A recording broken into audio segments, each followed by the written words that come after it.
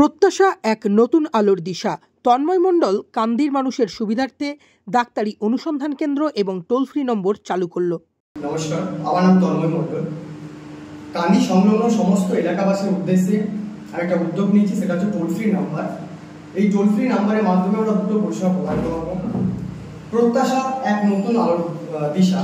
এই প্রত্যাশার একটাই উদ্দেশ্য, সেটা হচ্ছে কি সুস্বাস্থ্য ব্যবস্থা তৈরি করা।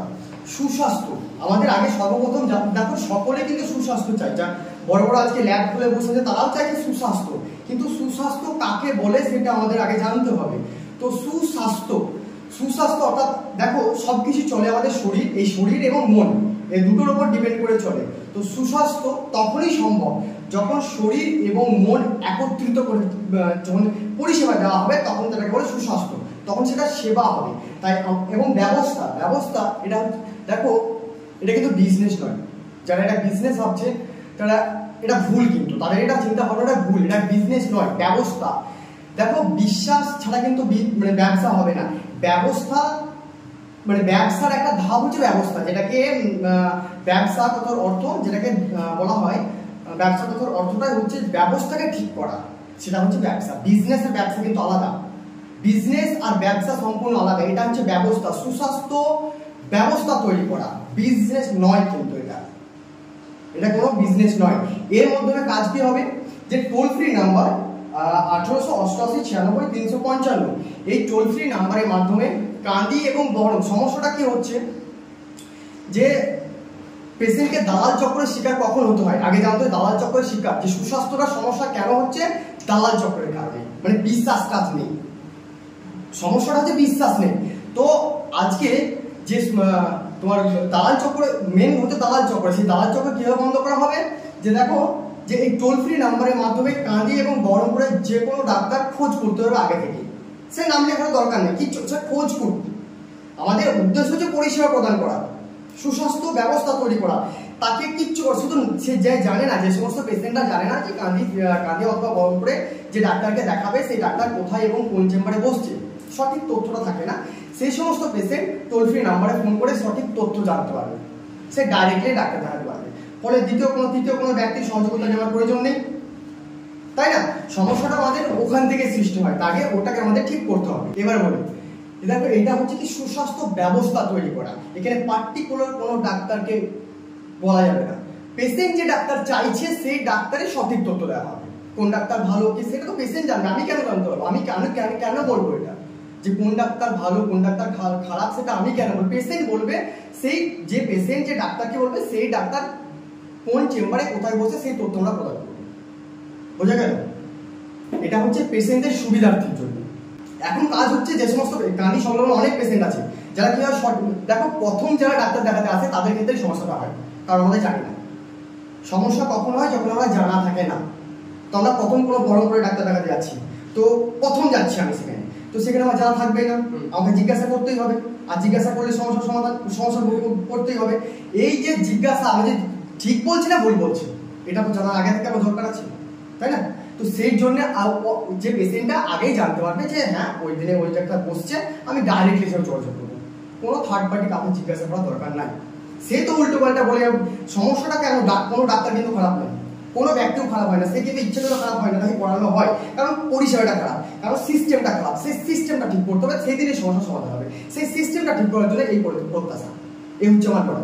দেখো, এবার একটা সিস্টেম করেছি, সেই সিস্টেমটা কি হবে, ধরো কান্দিতে কোনো ডাক্তার আমাদের 5টা ইনকোয়ারি আসবে, যে ওই ডাক্তারটা কোথায় বসছে, বা বহরমপুরে কোনো ডাক্তার ইনকোয়ারি আসলে যে ওই ডাক্তারটা কোথায় বসছে।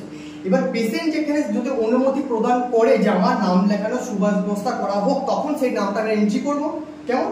তারপরে সেই কতটা লিস্টে নাম করছে সেটা পেশেন্টকে আবার ফোন করে জানাবে, পেশেন্ট ডাইরেক্টলি সেখানে দেখাতে পারবে। এই ব্যবস্থাটা আমাদের করা আছে। এই ব্যবস্থাটা করা আছে যাতে কোনো সমস্যা না হয়। সুস্বাস্থ্য ব্যবস্থা বলছি তো, সুস্বাস্থ্য ব্যবস্থা এটাই আমাদের মূল উদ্দেশ্য। 1800-8896-355 এই যে টোল ফ্রি নাম্বার, এই নাম্বারে এটা সম্পূর্ণ বিনামূল্যে।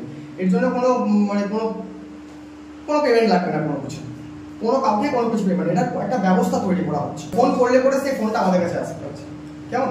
সেই ফোনটা, এবার পেশেন্ট কি চাইছে আগে জানতে হবে, পেশেন্ট কি চাইছে, সে খোঁজ করছে না দেখাতে চাইছে। সে তো বলবে যে আমি এই ডাক্তারকে দেখ, বললাম আগেই বললাম কিন্তু যে কোনো ডাক্তারকে আগে দেখা মানে বলা যাবে না যে এই ডাক্তারটি ঠিক, এই ডাক্তারটা খারাপ। সবাই কিন্তু ভালো, কেউ খারাপ নয়, কেউ খারাপ নয়। ব্যাপারটা কি হচ্ছে জানো তো, যারা পদে বসে থাকে না তারা কোনো খারাপ হতে চায় না। খারাপ করে কারা নিচ পদে তারা থাকে, কারণ সেই যোগ্যতা তাদের কাছে নাই, সে মর্মটা বুঝে না। বুঝতে পারলো তো? সেইটাকে ঠিক করতে হবে, সেইটাকে ঠিক করলে সব সমাধান হয়ে যাবে। কেউ খারাপ, কোনো ডাক্তার খারাপ না, কোনো ডাক্তার খারাপ না। সে যদি ইচ্ছা করে তো অবশ্যই সে সঠিক ট্রিটমেন্ট করতে পারবে। সমস্যা সিস্টেমটা তো গন্ডগোল হয়ে আছে না, সেই জন্য তো আজকে এই অবস্থা। সিস্টেমটাকে ঠিক করতে হবে, এই হচ্ছে আমার মূল উদ্দেশ্য। দেখবা যে একজন ধরো নেতা আছে, তো এমএলএ থেকে এমএলএ যে সাইডে থাকে তার পাওয়ার বেশি।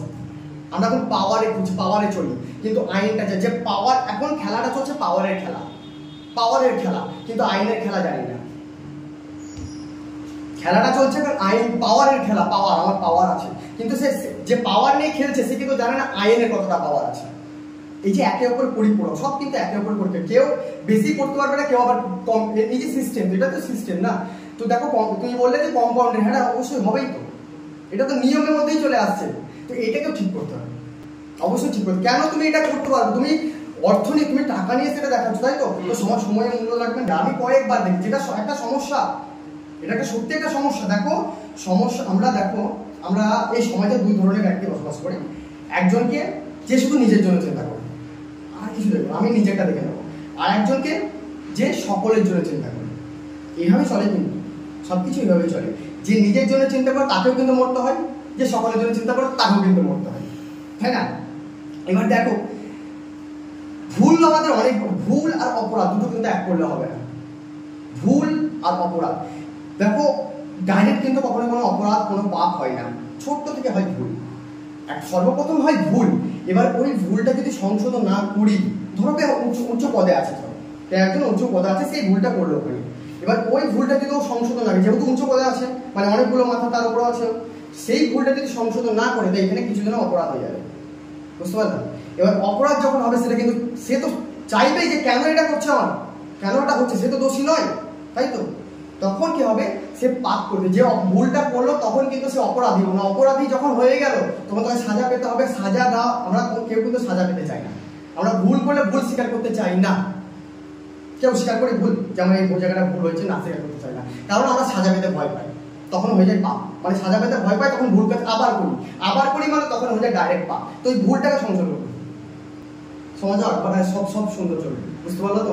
এই ভুল আর অপরাধ, পাপ, এগুলো সব তালগোল পাকিয়ে ফেলেছি, সব তালগোল পাকিয়ে ফেলেছি আমরা। মানে প্রকৃত একটি ব্যাপারটা কি জানো তো, বিষয়টা হচ্ছে যে আমরা স্বাধীনতা কাদের জন্য পেয়েছি? ক্রান্তিকারী বীরদের জন্য পেয়েছি।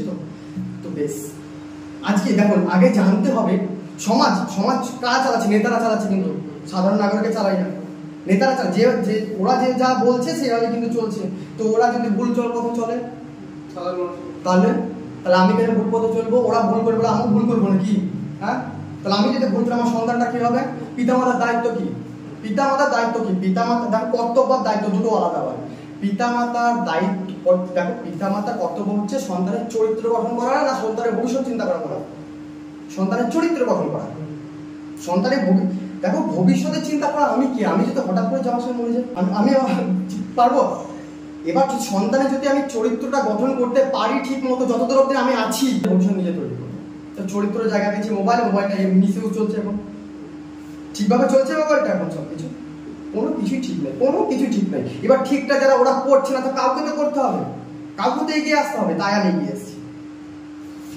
এগিয়ে এসেছি। এটা আমার কর্তব্য। একজন ব্যক্তি, একজন নাগরিক, তো একজন নাগরিকের দায়িত্ব আছে, কর্তব্য আছে। তো নাগরিকের কর্তব্য কি? সমাজকে দেখা, সমাজের জন্য। এটা কিন্তু কর্তব্য, এটা দায়িত্ব নয়। দায়িত্বটা কি? সংসার, তোমার পরিবারটা যেন ঠিক থাকে। তুমি কর্তব্য পালন করতে গিয়ে আমার দায়িত্বটা ভুল না হয়ে যায়। এখন তো দায়িত্ব পালন করছে, কিন্তু কর্তব্যটা, সমাজটা কোন দিকে যাচ্ছে? কারণ দায়িত্ব এবং কর্তব্য দুটোকেই পালন করতে হবে, তবেই হবে এই সমস্যার সমাধান। তাছাড়া কেউ সমস্যার সমাধান করতে পারবে না। প্রত্যেক জনাকে করতে হবে এটা, প্রত্যেক জনাকে। আমি একা করলে হবে না, প্রত্যেক জনাকে। দ্বিতীয় কোনো রাস্তাই নাই। কোনো পাবলিক জানে, কোনো সাধারণ জানে যে কি হচ্ছে দেশের মধ্যে, কেন হচ্ছে, কারা করছে, কিভাবে করছে, আর এর অন্তিম পরিণতি কি হতে পারে জানা আছে? কারণ না জেনেই তো ভুল করছি আমরা। জানলে হয় সমাধান, তাই সমাধানের জন্য আমি বেরিয়েছি, আমি জানাতে পেরেছি। আমাকে অনেক দেখো কান্দিতে অনেকেই চেনে আবার অনেকেই চেনে না, অনেকেই চেনে আবার অনেকেই চেনে না, সেটা সম্পূর্ণকে চেনাতে হবে। এই হচ্ছে আমার উদ্দেশ্য।